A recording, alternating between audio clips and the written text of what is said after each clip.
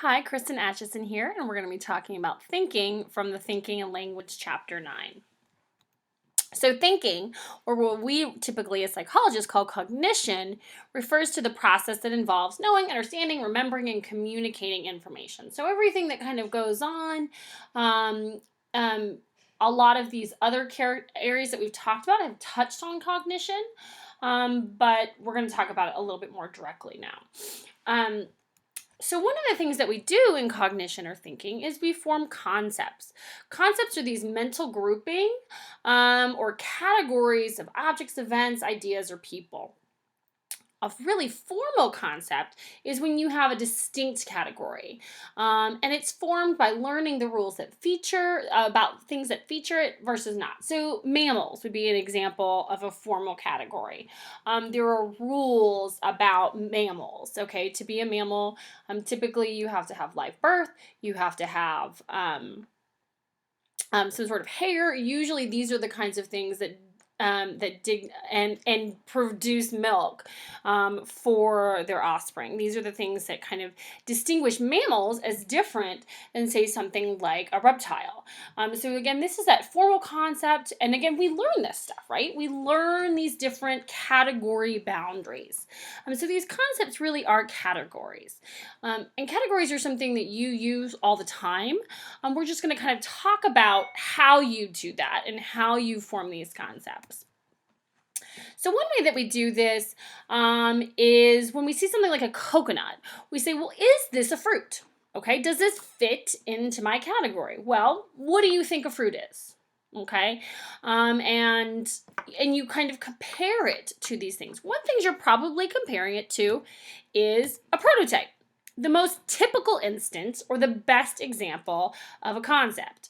So you'll compare it to this prototype. Typically in the United States, when you ask people to name a fruit, the first fruit that they think of, they're going to name an apple. That's our prototype here in the United States. Prototypes are different in different cultures, but apples are pretty ubiquitous here. I mean, we say things like, as American as apple pie, because the apple is really kind of is our prototypical fruit.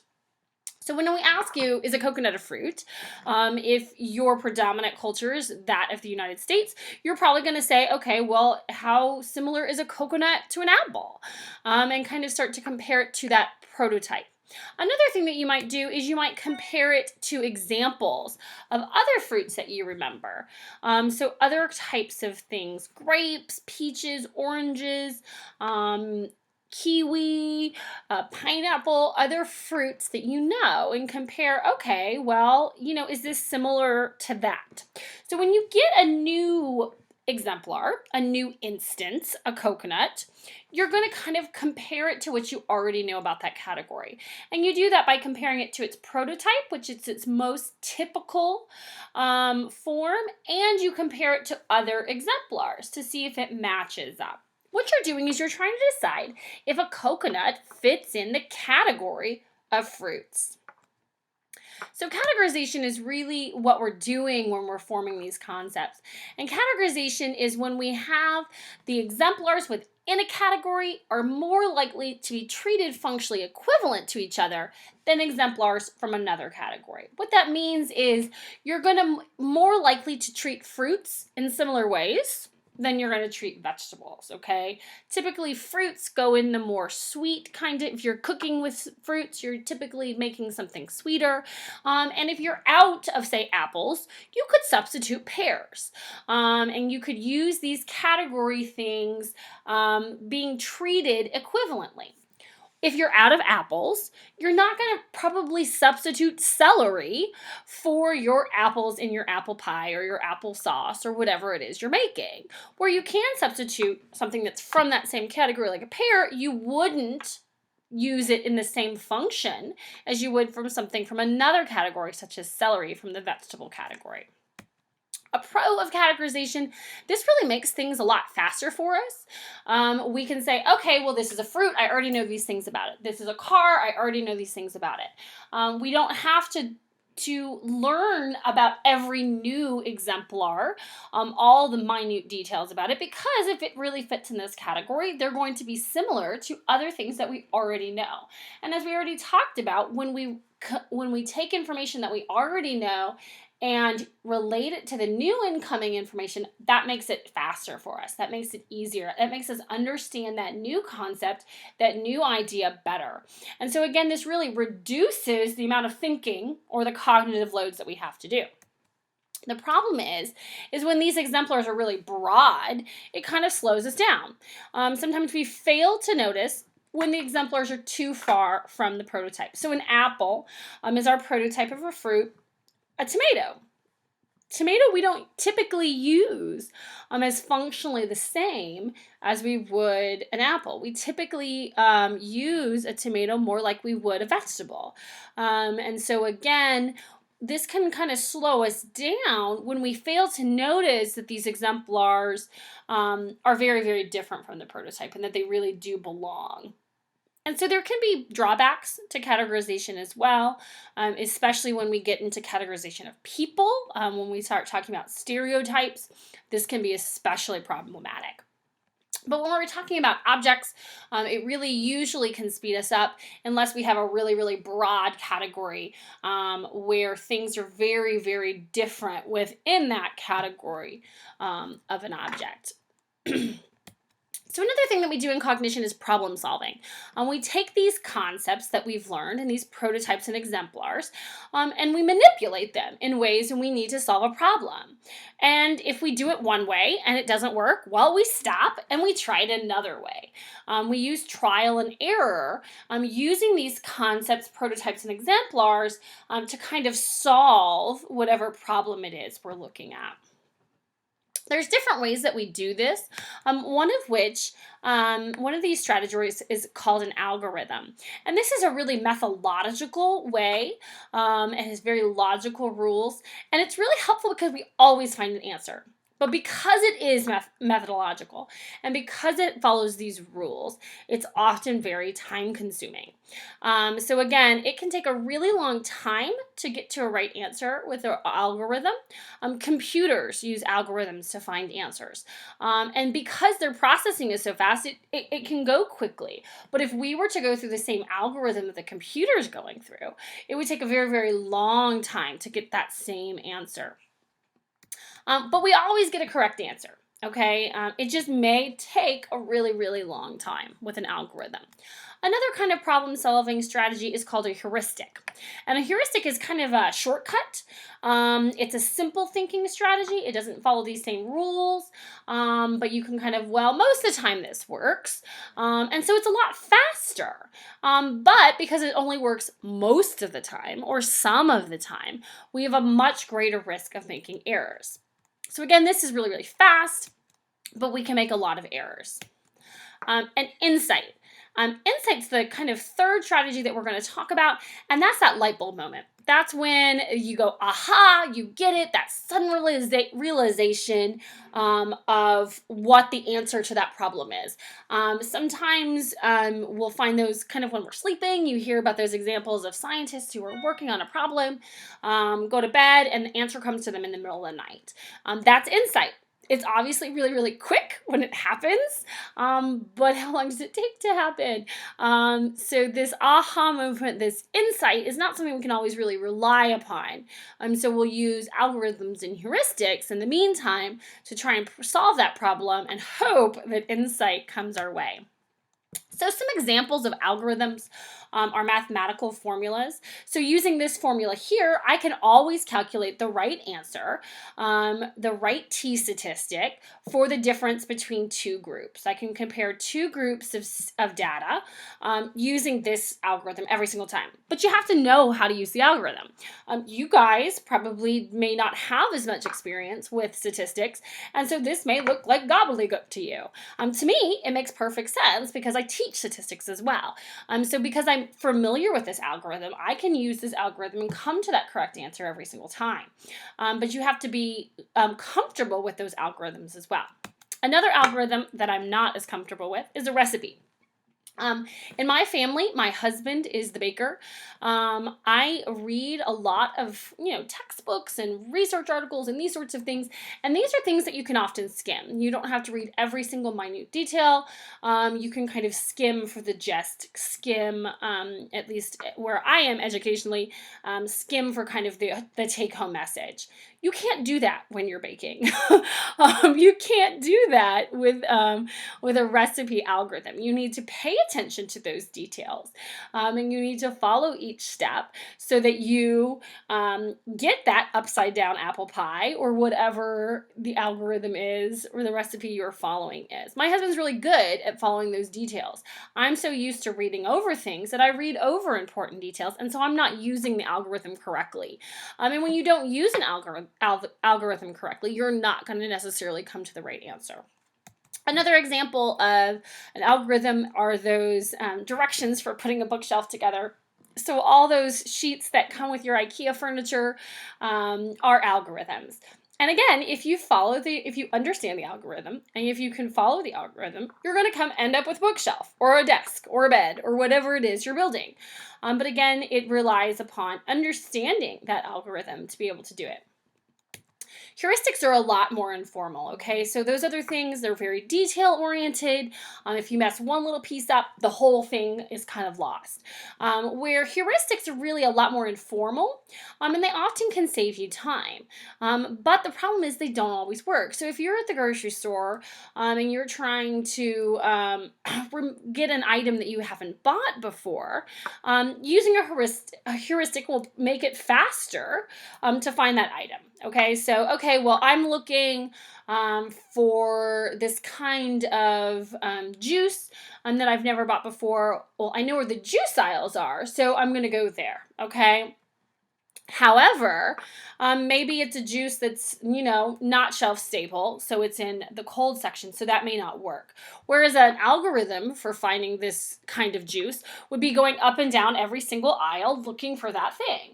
That'll take you a lot longer than a heuristic going to the places that you already know that it might be. Okay, so again, these heuristics are informal.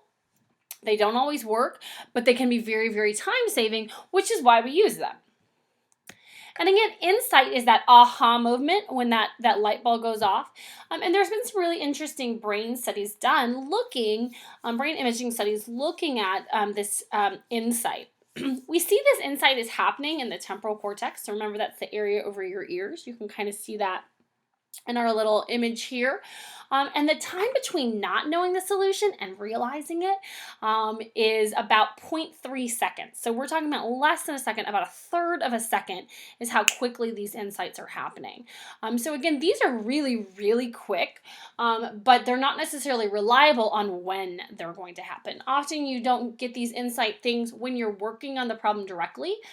Typically we see these kinds of insights come when you step away from the project, so step away from the problem. So that's why you see things about them coming to you in sleep or coming in the shower or coming while you're eating or something. When you're doing something else, often is when those insights strike. And again, we see those are happening very, very quickly, and they're giving us very quick solutions to these problems. There's obviously obstacles in our way to problem solving, one of which is fixation. And that's the inability to see the problem from a new perspective. And we'll go through and talk about each of these in more detail as well. Another one is mental set. And a mental set is the tendency to approach a problem with a mindset that has worked in the past. Okay, so if something's worked for you in the past, that's going to be the mental set that you approach this new problem with. The problem is if you're only operating under this perspective and you're not looking at it from another perspective, you're not being able to look at it from a different thing because you've done this in the past. And so these two obstacles really work together, so that we can't see, because of a mental set, we may have fixation. That's how these two kind of interrelate. And we'll continue to talk about those as well. There's also some more obstacles or biases in judgment, one of which is the representative heuristic. And that's judging the likelihood of things in terms of how well they match a prototype. Okay, so again, judging the likelihood of what we've seen based on what we've seen already, based on what we're used to hearing about, seeing, experiencing. How likely is this other event going to happen based on those? And again, it's saying what's representative or what's closest to that prototype. The availability heuristic is when we see whatever increases the ease of retrieving information, makes it seem like it's more available, okay? So because you hear or you see more about something, you're more likely to think that's the right answer because it's a more available answer. And again, we'll talk about these in more detail as well. Confirmation bias is kind of looking for the answer that you already believe, okay? And we see this a lot in the media, okay? There's separate news channels just so that people can have confirmation bias. If you believe the conservative right-wing section, you're likely to watch Fox News so that you can have confirmation bias. Searches that for information that matches what you already believe. If you believe the more liberal left-wing kind of ideas, you're typically going to watch MSNBC because, again, you're searching that confirmation bias. You're looking for information that already fits what you believe. And that way you can ignore or distort any contradictory information that you get. Anchoring bias is the tendency to anchor on one trait of information when making a judgment. And this anchor is used as a reference point.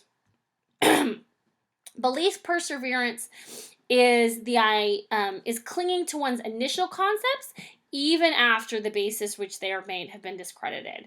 So you stick to that thing that you believed in the beginning, even though you've been given a lot of information that discredits that. Again, some of these biases will work together. So you can see that confirmation bias and belief perseverance could be co-occurring with each other. We also have overconfidence, and this is that overestimating the accuracy of our own knowledge. We've all, studied for a test, and we're overconfident and didn't know as much as we thought we did. I know I have experienced it. My daughter definitely has this biases in judgment. Luckily, she's almost 6, so this overconfidence isn't as big of a problem. But when she learns something new, she says, "Oh, I already knew that." She really has this overconfidence and this accuracy of her own knowledge. So let's talk about these in more detail. The Representativeness Heuristic is, again, that likelihood that things or objects in terms of how well they seem to represent or match a particular prototype.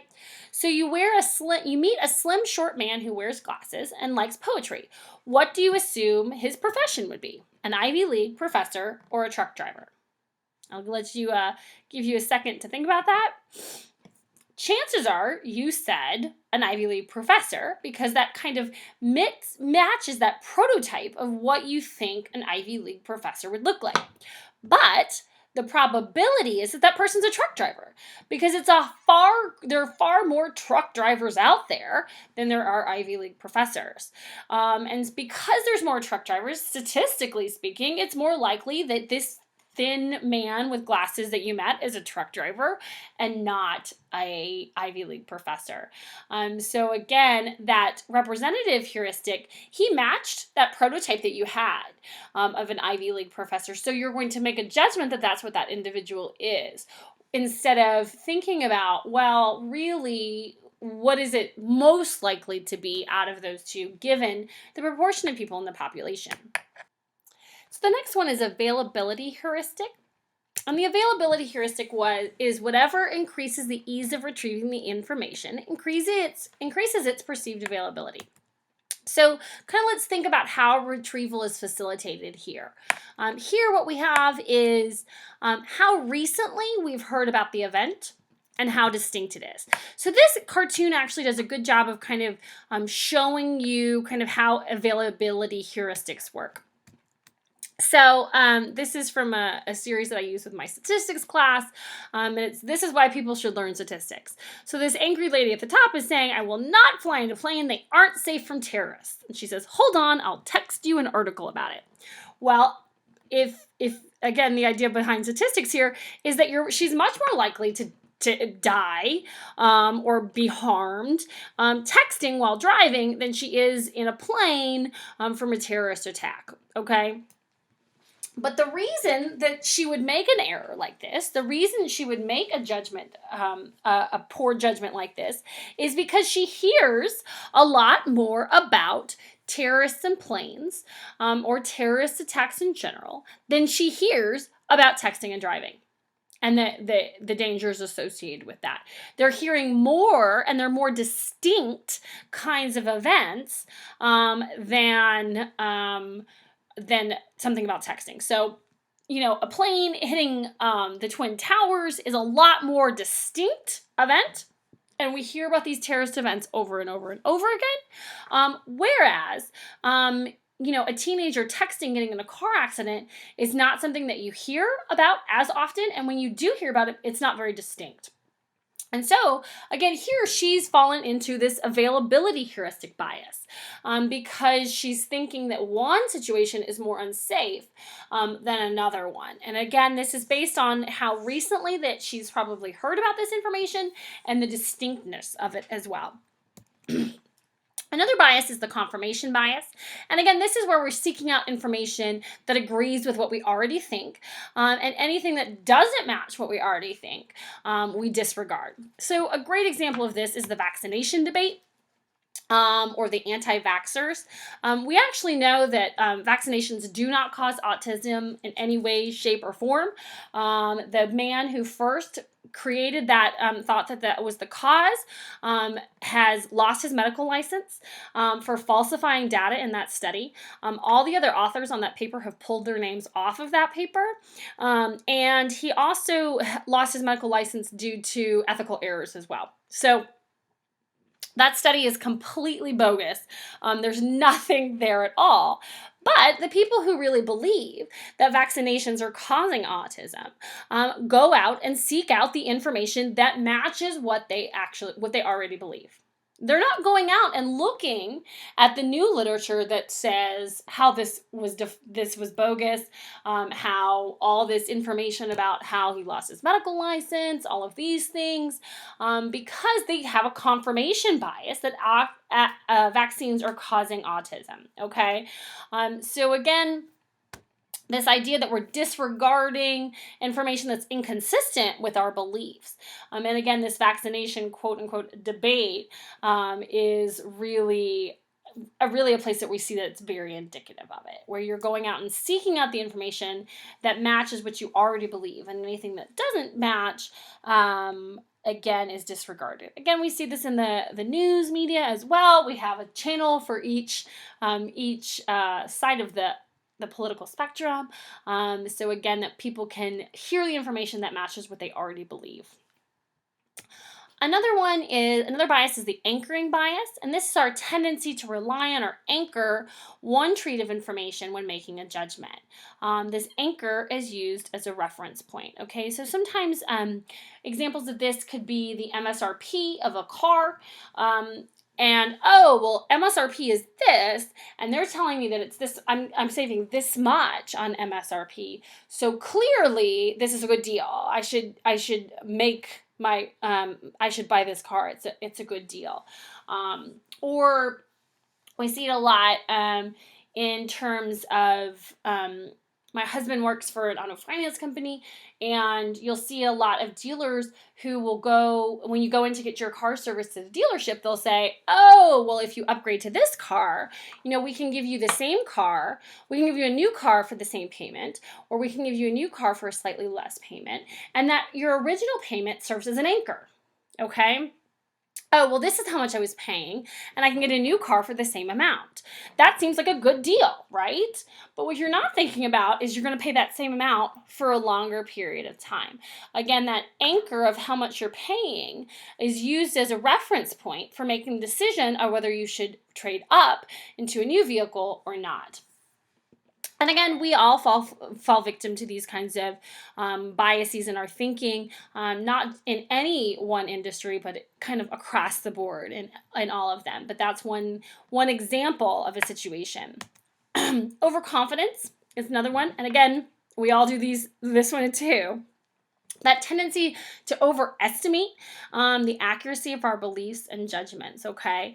So in the stock market, the people that are selling their stock and the people that are buying stock are both confident about their decisions, right?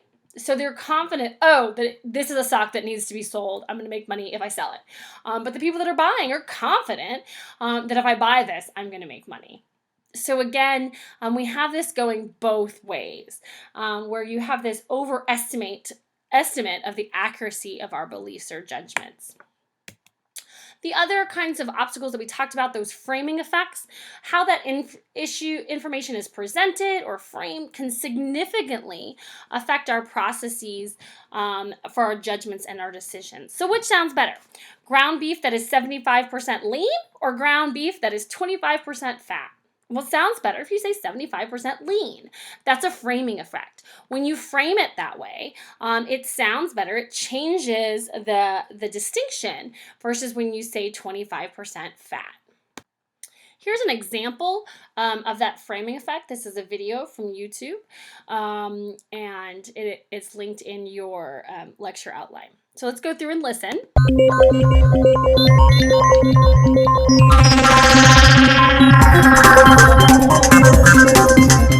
I'm going to explain this in a rather unusual way, so just bear with me for a second, and hopefully it all makes sense.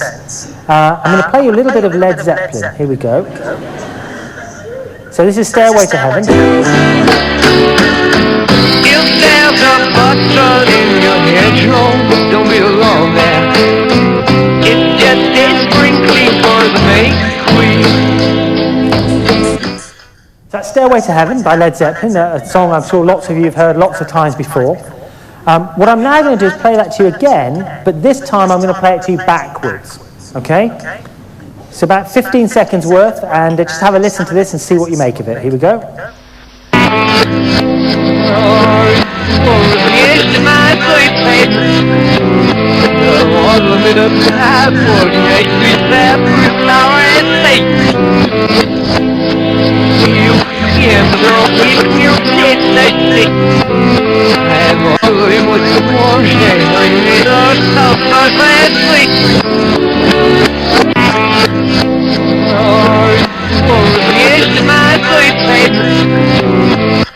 Okay, this is the crucial question. Hands up if you heard the word Satan.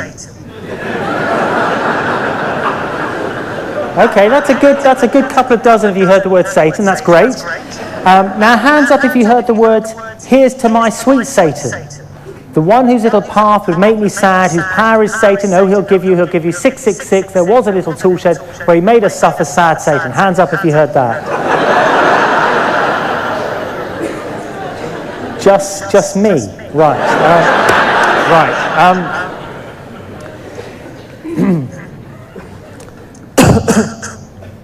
The extraordinary thing is this. I'm going to play this to you again, and this time you are all going to hear these words, okay? And I have to promise you two things. First of all, I am not going to cheat. This is going to be such a shock, so surprising, that you will assume that I've cheated or manipulated the sound or treated it in some way. What I'm going to play you is exactly what you've just heard. Stairway to Heaven, just played backwards. I have to promise you I'm not cheating. Second thing I promise you is you will hear all of these words, okay? So here we go, Stairway to Heaven, backwards, exactly the way you've just heard it, but this time I think that you are all going to hear all of these words. Here we go.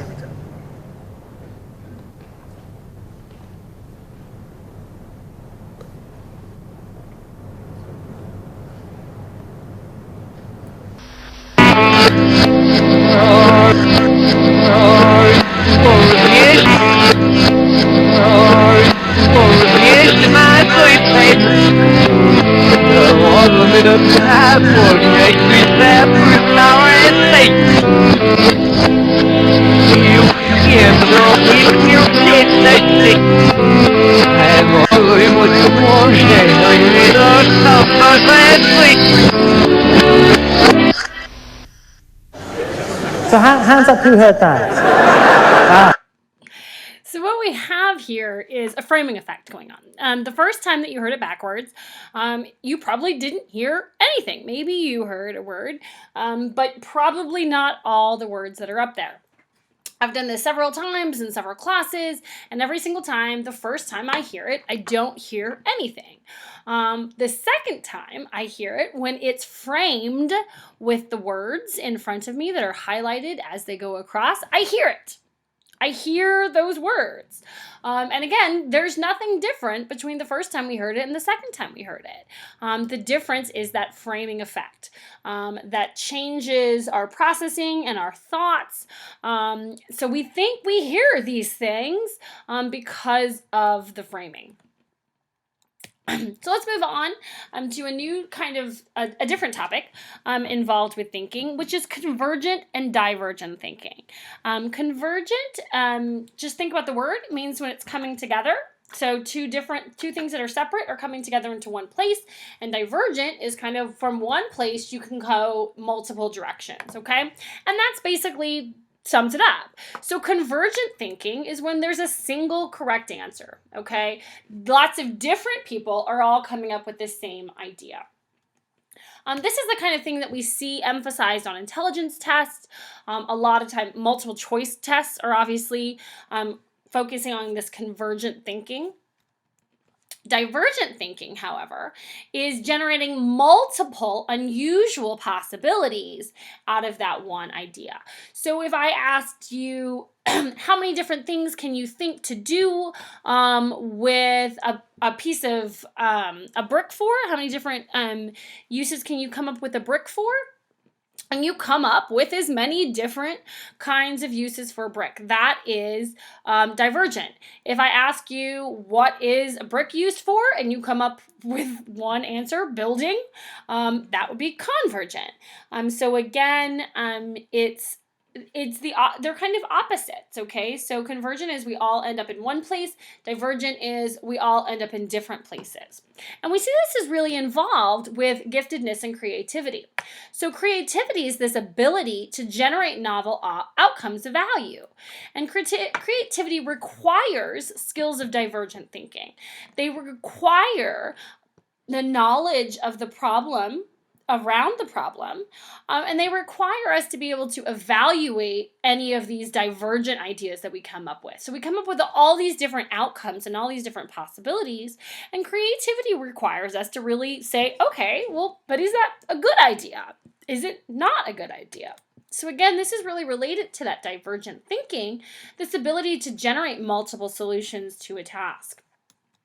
Creativity, we see, requires some unique personality attributes, including tolerance and ambiguity and willingness to take risks. So we need to have these different personality traits to really have creative thought. Sternberg has a theory that there's 5 components of creative thinking. He says the first is expertise. That you need to have extensive, highly organized knowledge base really around that problem that you're trying to solve creatively. That you need to know a bunch about the thing you're studying. That really, really is very helpful. He also says that you need to have imaginative thinking skills. This is where that divergent thinking comes in again, to be able to think about things in different ways, to be able to use that knowledge, that expertise in different ways, to come up with these different ideas and evaluate them. Those personality traits that he says are important. He says, again, those attributes of tolerance, ambiguity, willingness to take risks. You have to be able to mess up. You have to be willing to be wrong to be creative. You have to be okay with there not just being one right answer, that ambiguity. You have to be okay with different answers and having tolerance of different ideas. You have to be okay with all of this to really think creatively. Again, that things aren't black and white, but that gray is okay. That willingness to take risks. Me personally, I am not a very creative person. I'm pretty good with expertise. in terms of psychology. I'm pretty good with imaginative thinking skills, but I really lack some of these personality traits, okay? I'm not really great with ambiguity. I like things one way or another. In the middle is something where I'm more uncomfortable. And I really do not like to be wrong. I really do not like to mess up. I really do not like to take risks where I have a possibility of not succeeding. That's not something that I like to do personally. And so that really stifles my ability to be creative because I don't want to be wrong. I don't want to mess up. I don't want to have a risk of failure. And so again, we see that these personality traits are very, very important. Another trait we see that's important is motivation. So that we have intrinsic motivation. And intrinsic motivation means that it's the motivation to do that thing is coming from within. It makes us feel good within. We're not engaging in creative thought so that we get something. There's not a prize at the end of creative thought. People are engaging in creative thought because they enjoy being creative. They enjoy the process. They enjoy doing it for its own sake. Whereas again, this extrinsic motivation is really doing something in order to obtain that reward. And so again, we'll see that when things are more intrinsically motivated, they typically have better outcomes and people are more likely to want to engage in them than when things are extrinsically motivated. So when we give kids rewards for things, sometimes we're actually hampering their creativity, hampering their education because they're not doing it because it feels good. They're not doing it because they want to. They're doing it because they want to get this thing. And so again, we see that intrinsic motivation, doing it for these internal within desires, is really important. And we see the fifth important component of creativity, according to Sternberg, is this creative environment. Again, he's saying that this needs to be an environment where we have people are mentored and challenged and supported. So they need to have somebody who also has this expertise that can help them along the way through this mentor. They need to be challenged. They need to be given the opportunity to stretch farther than they maybe can reach right away. And they need to be able to be supported while they make these ideas. They need to be supported when they mess up. The ability to take risks and fail and that be okay in that environment. So we see that is a really important thing too. We see this in a lot of corporations. And they really focus on these kinds of things. Trying to create a situation where it is okay to try something and it not work out. It is okay to work in a team. This communication, we see this creative environment is another one of the 5 components, according to Sternberg, of creativity. Okay, our last topic that we're going to cover in thinking is cognitive skills in other animals. And we see that animals solve problems too. So here's a video from your text. And I'll walk you through this video.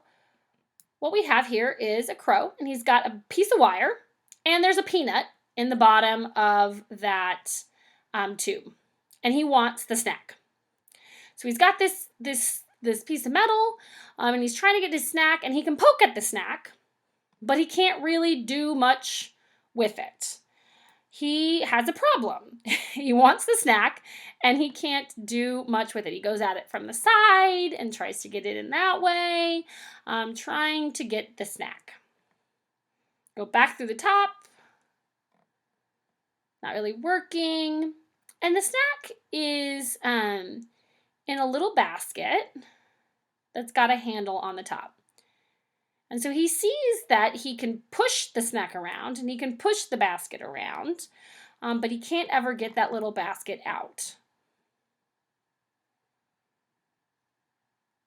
So he's got to come up with a new solution. He's got to think creatively. He's got to come up with another option. So he goes over to the side of the pan and he does something with his little metal stick. And let's watch and see what he does.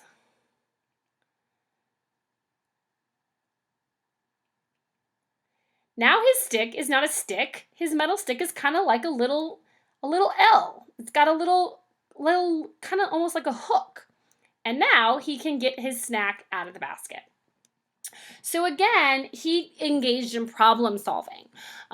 His first try of poking at it didn't work. His second try of going at it through the side didn't work.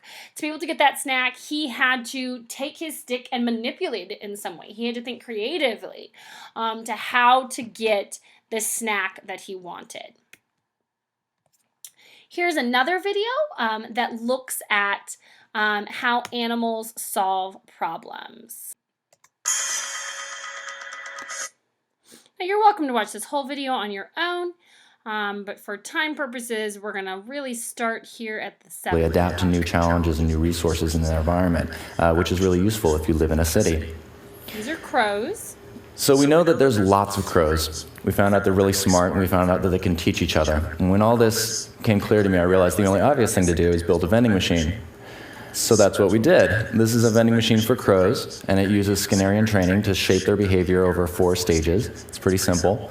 Basically what happens is that we put this out in a field or someplace where there's lots of crows, and we put coins and peanuts all around the base of the machine, and crows eventually come by and eat the peanuts and get used to the machine being there. And eventually they eat up all the peanuts, and then they see that there are peanuts here on the feeder tray, and they hop up and help themselves. And then they leave, and the machine spits up more coins and peanuts, and life is really dandy if you're a crow. Then you can come back anytime and get yourself a peanut. So when they get really used to that, we move on to the crows coming back. Now they're used to the sound of the machine, and they keep coming back and digging out these peanuts from amongst the pile of coins that's there. And when they get really happy about this, we go ahead and stymie them, and we move to the 3rd stage, where we only give them a coin. And like most of us who have gotten used to a good thing, this really pisses them off. So they do what they do in nature when they're looking for something. They sweep things out of the way with their beak. And they do that here, and that knocks the coins down the slot. And when that happens, they get a peanut. And so this goes on for some time. The crows learn that all I have to do is show up, wait for the coin to come out, put the coin in the slot, and then they get their peanut. And when they're really good and comfortable with that, we move to the final stage, in which they show up and nothing happens.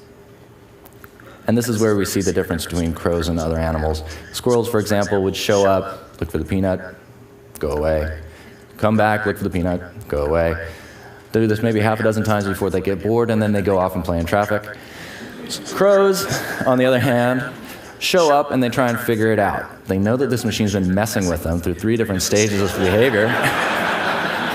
They figure it's got to have more to it. So they poke at it and peck at it and whatnot, and eventually some crow gets a bright idea that, hey, there's lots of coins lying around from the first stage, lying around on the ground, hops down, picks it up, drops it in the slot, and then we're off to the races. That crow enjoys a temporary monopoly on peanuts until his friends figure out how to do it, and then there we go. So what's significant about this to me isn't that we can train crows to pick up peanuts. Mind you, there's $216 million worth of change lost every year, but I'm not sure I can depend on that ROI from crows. Instead, I think we should look a little bit larger. I think that crows can be trained to do other things. For example, why not train them to pick up garbage after stadium events, or find expensive components from discarded electronics, or maybe do search and rescue. The main point of all this for me is that we can find mutually beneficial systems for these species. We can find ways to interact with these other species that doesn't involve exterminating them, but involves finding an equilibrium with them that's a useful balance. Thanks very much. So again, here you see a couple of things going on. One of which is you see the operant conditioning that we learned about in the learning chapter, and the shaping and all of the different kinds of things that we talked about in that chapter. But what you also saw was that crows were doing something different, he said, than the other animals. The other animals, they didn't think, they didn't engage in the problem solving the way that the crows did. They didn't take the coin that was on the ground and use it to operate the machine the way that the crows did. So again, there was something different. There was a different level of cognition going on here. As you saw in the language portion in the class too, there's a lot of cognition going on with animals that we don't always give them credit for. And these were just 2 examples with crows. See you in class.